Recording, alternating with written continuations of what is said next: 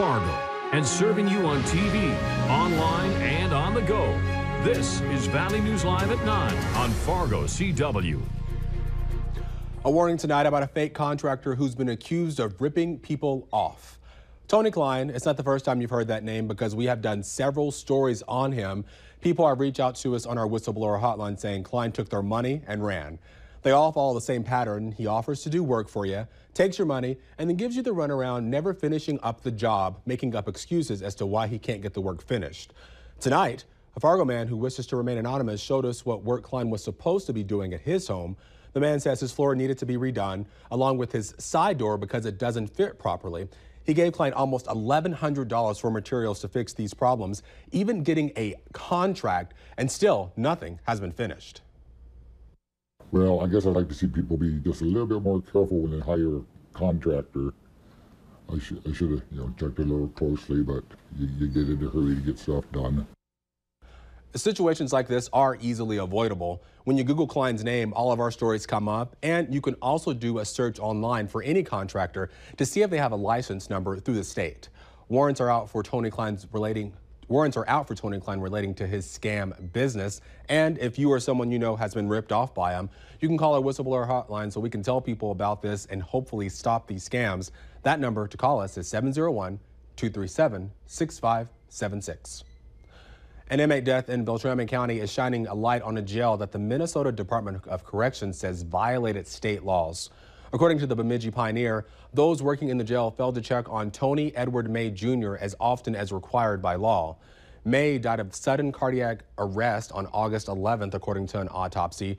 The Beltrami County Sheriff Phil Hoddip denies those allegations that May wasn't checked on often enough and says that his death occurred well within the half-an-hour mark from the previous check. However, the Department of Corrections also noted that the checks being performed were done too quickly, possibly missing important warning signs. Coming up after weather, how a local woman is giving back to her hometown hit by hurricanes, and a special story about a woman who's making sure those in need don't feel left out. And let's take a look at that Valley News Live Storm Team Skycam Network shot in Fargo. Mainly cloudy skies, but it is dry across most of the region right now and pretty mild under the clouds because we have that southerly wind. 65 in Fargo, 63 Valley City, Jamestown, near 60 in Devil's Lake, and lower 60s from Thief River Falls down toward Detroit Lakes and at Fergus Falls. Now the wind speeds, winds are pretty breezy to windy depending on where you are, mainly between 15 and 25 miles per hour sustained with some gusts between 30 and 40 miles per hour. And again, they're from the south, which is keeping us warm for this Saturday evening. Mainly dry across the region right now, just cloudy. And we have a couple areas of sprinkles or some showers, especially into Lakes Country as you make your way into Grant County down toward the Alexandria area. And then into portions of northern Minnesota as you make your way east of Thief River Falls near War Road and Roseau. But it looks like most of the activity is light as of right now. We have that warm front making its way through. The high pressure we had yesterday is gone. That gave us all that sunshine, the really nice weather, and it's replaced by this system here, this low pressure system, giving us a very windy southerly flow, and a low pressure system will eventually make its way through as we go through the day tomorrow and increase the chance of some rain. We're keeping the clouds during the overnight period. Here's the first round of rain making its way through in the morning. Another round makes its way through in early afternoon. You could see a possible third round with some thunder possibles make our way through the late afternoon and evening, and it starts to work its way out for later on into the day on Sunday. Here's what we're looking at in terms of the rainfall potential. As you can see with the greens on the map, that's a half to 1 inch of rain, mainly into portions of our Minnesota counties, with less as you make your way further north and further to the east. Now, for Monday, we're going to keep a breezy southerly wind. Most of the rain stays to our east. We do have a chance of a scattered shower as you make your way across our viewing area. Temperatures still warm, mainly into the mid to upper 70s as you make your way through the day on Monday. And then for Tuesday, partly cloudy, high of 60. It's going to be a mainly dry work week, maybe a slight chance of a shower on Wednesday, 58.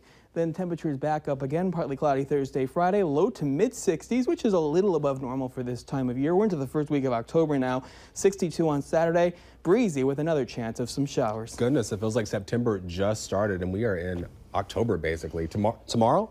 Or Monday? Tomorrow. Tomorrow, October 1st. Goodness, get out the pumpkin spice and the pumpkins and Halloween. Oh my gosh, it's been a long day. Thank you, Justin. Anyway, the hurricane-ravaged Florida coastline may be more than 2,000 miles away, but it's affected our communities here. Our reporter Molly Casey spoke with a Wahpeton resident whose hometown will never be the same, and she shows us what this woman is doing to help out her hometown. I have a lot of friends and family still down there. They lost, some of them literally lost everything. Holly Rivers knows hurricanes all too well. She survived being hit by the worst of Hurricane Andrew when she was 14 and remembers the process of recovering.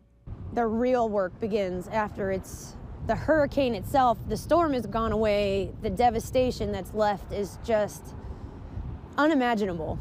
Devastation that has left those in her hometown in the Florida Keys struggling to rebuild. So she began a donation drive for items like blankets, non-perishable food, diapers, and other necessities, items that are in short supply in Florida.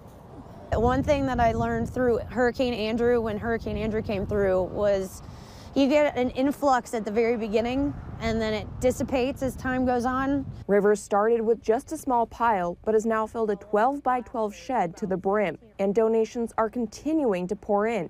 She plans on driving the load down to Florida in a rented truck and is bracing herself for what she finds. Cars are demolished, the houses are gone, they're literally sleeping on concrete. It's not going to look the same. It doesn't look the same. Rivers says some areas still don't have working sewer systems or electricity. Struggles she says her hometown will overcome. But that's one thing about the Keys is they are strong and they will rebuild. From Wahpeton, Molly Casey, Valley News Live. Rivers would like to collect more non-perishable food items before she leaves. So if you want to donate to her Stuff a Truck donation drive, you can find a link to her You Caring page on our website at valleynewslive.com. The Air National Guard base at Hector Airport was bustling with cargo planes flying in and out carrying supplies to help hurricane victims. The planes will be carrying generators and shelter systems bound for the Virgin Islands. The equipment sent will help purify water, provide shelter, and bring electricity to the hardest hit areas. Air National Guard units from around the country flew in today for this vital mission. Crews will be working till late into the morning, getting everything loaded. The 119th Civil Engineer Squadron is also sending a number of its members to the region to help put the equipment to good use. A local woman decided to give back to her community by handing out free clothing for those that can't afford it. Beth Higdom hosted a Teens in Need clothing giveaway where kids from 5th to 12th grade could come in and fill 2 bags full of clothes to take home with them.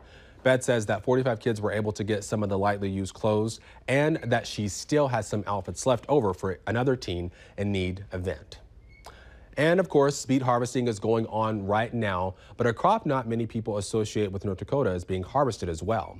People were out harvesting grapes at the Red Trail Vineyard. The owners started out around 14 years ago, and he says he's happy to see that other people are taking an interest in grape harvesting and winemaking here in North Dakota. Just down the road, we have another winery starting up, and in Castleton, there's 2 more wineries. In Fargo, there's several, and it's becoming a great tourist attraction, actually, for the state of North Dakota, and it'll bring in a few more tax dollars. Now, of course, you want to go check out all of those wineries and vineyards, so we're going to have a link here shortly over on valleynewslive.com for you. There's a new CW giveaway we want to remind you about. It's a VNL VIP Fargo Force Suite Night experience on November 4th. All you have to do is register to win is head to valleynewslive.com and click on the contest tab, and you'll get to hang. Oh, this is special. You get the chance to hang out with the Valley News Live crew. That's me and all of my friends and colleagues, also enjoying some hockey. Now, the deadline to register on that is October 30th at noon. Still ahead tonight, a legendary TV host has passed away and Hollywood is remembering him.